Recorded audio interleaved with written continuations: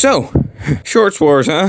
Okay, so it starts on the 16th of July where Johnny Razor made a video. Sure, that's normal, but there was something wrong. There was a QR code that he didn't know that was there. So, if you were curious and scanned it, it took you to a video of a mysterious and eerie message from a strange masked guy titled message.mp4. He talks about how all these shorts creators will be shut down if they don't comply to his threat of stopping to upload videos. Only 2 complied, however, Mogswamp and Kinsplash, so don't expect me to bring them up again anytime soon. The others all started to keep uploading though, which probably wasn't a good idea, I'm just saying. However, as they did, strange things started to happen. The first and most interesting of these was when a code flashed at the bottom of Johnny's short, which took you to an ad about a VPN service called Clone VPN. It had a load of glitches in and of itself, but the most noteworthy was the glitch when it said double, which cloned the word. It also gave us our first hint that someone had already been cloned.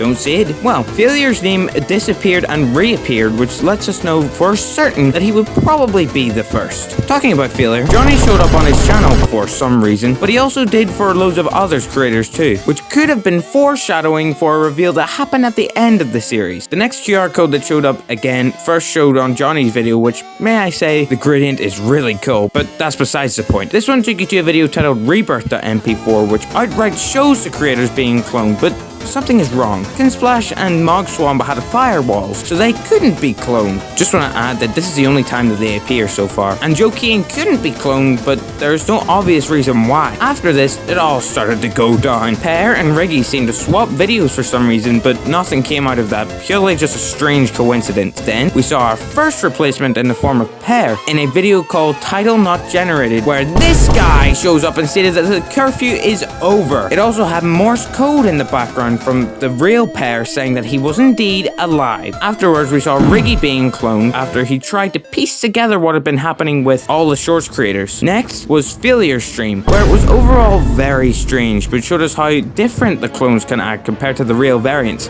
And Johnny's stream, which he announced beforehand, saying that there must be a glitch on his computer, where he got shot at the end and replaced with a clone. However, we find out later that this may not be the end of Johnny. Then, the sponsorships came flooding in. You see, in all of their videos, they had started to talk about why we, the viewer, aren't safe and needed to use a VPN with their respective codes to all sign up for the service. These will become important later. I have to mention though that in the description of Dano's video, we see Riggy talking to us saying that he is alive. This will continue throughout the shorts where the evil Riggy has put text in the background reminding us that he's the one with the power and there's no point in trying to get rid of him because Riggy is not coming back. With that, Dano's videos started to get much more cryptic with videos about world domination and uploading your brain into your computer. While this is happening, Joe uploads a speedrunning shorts video where afterwards it shows us him declining the sponsorship for Clone VPN. In Dano's video about music, there was a QR code that took you to a video of a phone call between what was later found out to be Royal Pear's clone wanting to do something different with his life. And he was definitely talking to someone he knew and not a Wendy's employee. In the description of that video, there was another video called Investigation, which showed us a bunch of cryptic images of sandals, a safety suit, and a gas mask. They all have messages from Riggy on them, as we could see by downloading them from the Google Drive link in the description. It was also linked in Failure's videos about why his name is just that. There was a bunch of Johnny videos where he said that he was indeed okay and that all he needed to do was hide, which he did, and with that he figured out what the clone schedule was and then eventually infiltrated the facility. We also found out that Pear did that because he uploaded a video to his VODs channel where he talks about how he knows how to change something small on the channel because the clone leaves the door open when he streams. At the end of that video, it's also revealed that Riggy and Pear are trapped together because we can hear Riggy's voice. After that, a video was uploaded to Dano's channel which showed a QR code, which is a huge surprise. But this wasn't meant to be here as it was swiftly dealt with by Clone Riggy, who looked really annoyed by it. That QR code, which also showed up in Joe's video after Riggy teleported into his video and was shown by Royal Pear Bundun's video, takes us to a video, the most important speedrun, which shows us him figuring out that the promo codes in the sponsored videos were actually the kill codes for the website. Then there was a video that shows Clone VPN as a game with the images from the investigation in it, but that's really all that happens in it except for a flash of this text at the end and this very creepy image of Riggy. As Dano's videos progress, Riggy's eyes seem to get more and more cracked until a video where he does just that and takes over Dano, showing him that he is indeed not the Riggy that we know or care about. This QR code at the end takes us to a video where Riggy is shown to be captured and then he escapes and saves Pear. Later later, Johnny posted a community post with a QR code that led to audio of Riggy and Pear going to save the others, with the fact that Riggy teleported to Joe Short to tell him what to do, which shows us that it gave Riggy teleportation powers, which is pretty cool. This makes the boss annoyed and scared, as Johnny had already entered the kill switch by this time. Now, all of the clones are being killed. Bundun killed his, Pear killed his, which is sad because Pear's was the only good one. All he wanted to do was make content, and the funeral happened, so